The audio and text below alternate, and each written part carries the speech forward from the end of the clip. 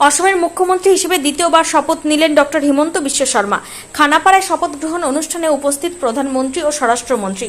রাজকীয় আয়োজনে দ্বিতীয়বারের জন্য অসমের মুখ্যমন্ত্রী হিসেবে শপথ গ্রহণ করলেন ডক্টর হিমন্ত বিশ্ব শর্মা।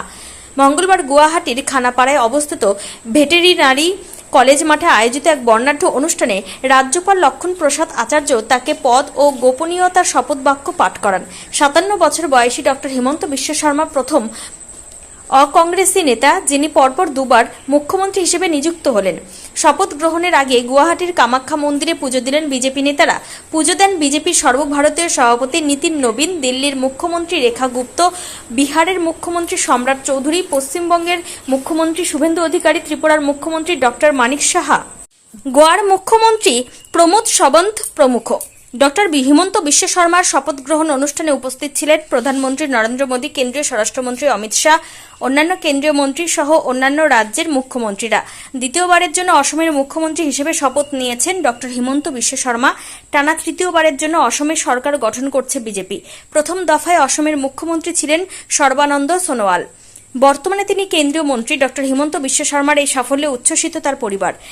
বাবার দ্বিতীয়বার মুখ্যমন্ত্রী হওয়ার মুহূর্তে সাক্ষী থাকতে উপস্থিত ছিলেন তার কন্যা। পাশাপাশি পুত্রের এই অনন্য কৃতিত্বে আবেগপ্রবণ হয়ে পড়েন তার মা মৃণালিনী দেবী। অসমের পাশাপাশি পশ্চিমবঙ্গ, পুদুচেরিতে বিজেপি এনডিএ জোটের ভালো ফলের জেরে খুশির হাওয়া রাজনৈতিক মহলে। ডক্টর হিমন্ত শর্মার শপথ গ্রহণে উপস্থিত হয়ে ত্রিপুরার মুখ্যমন্ত্রী ডক্টর মানিক সাহা বিশেষ আনন্দ প্রকাশ করেন। তিনি সংবাদ মাধ্যমকে জানান, ডক্টর হিমন্ত বিশ্ব শর্মার বলিষ্ঠ নেতৃত্বে অসম আগামী দিনে উন্নয়নের এক নতুন শিখরে পৌঁছাবে। হেমন্তের দক্ষ প্রশাসনে সমগ্র উত্তর পূর্ব ভারতের অগ্রগতি আরও ত্বরান্বিত হবে বলেও তিনি আশা প্রকাশ করেন।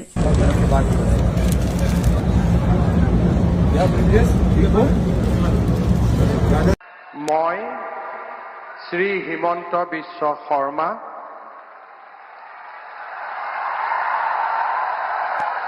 ঈশ্বৰৰ নামত শপথ লওঁ যে বিধিৰ দ্বাৰা স্থাপিত ভাৰতৰ সংবিধানৰ প্ৰতি মই প্ৰকৃত বিশ্বাস আৰু আনুগত্য পোষণ কৰিম।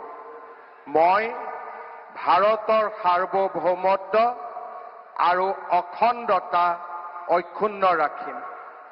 মই অসমৰ মুখ্যমন্ত্ৰী হিচাপে মোৰ কৰ্তব্য বিশ্বস্ততাৰে আৰু শুদ্ধ অন্তঃকৰণেৰে সম্পাদন কৰিম আৰু মই ভয় বা পক্ষপাত, অনুৰাগ বা বিদ্বেষ নোহোৱাকৈ সংবিধান আৰু আইন অনুসাৰে সকলো শ্ৰেণীৰ লোকৰ প্ৰতি ন্যায় আচৰণ কৰিম।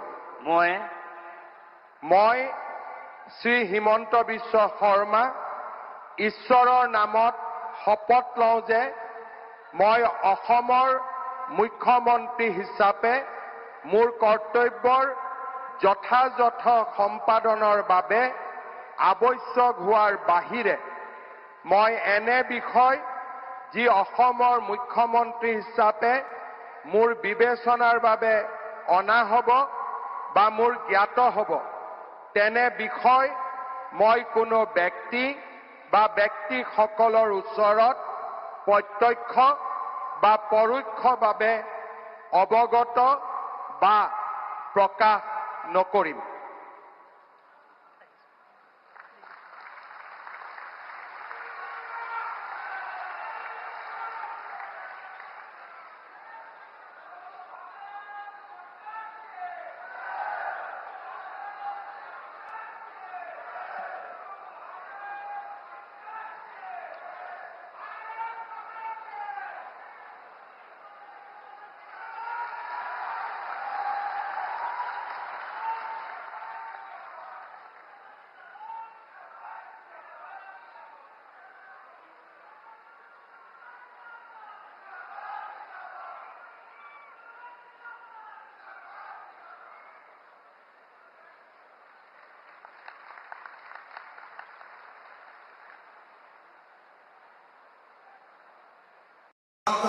Obviously बहुत बेसी special feel हुआ है, बहुत ভাল लगे है that we are all here today and it's just a very magical and a powerful moment for the entire family.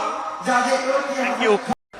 অনুভৱটো মোৰ আনন্দ আনন্দ লাগিছে তাৰ লগে লগে দেশৰ জনগণেও আনন্দ পাব লাগিব এতিয়া ৰাষ্ট্ৰ গঠন প্ৰক্ৰিয়াত যাতে যুগে যুগে যদি এই ধৰণে কাম কৰি যাব পাৰে আশীৰ্বাদ দিয়াৰ কাৰণে মই আনন্দটো মাতি ঈদত সদায় আনন্দ থাকে आज की सर इस अवसर पर सर क्या कहना चाहेंगे? नहीं बहुत ही खुश हैं हम लोग एक तो बंगाल में हम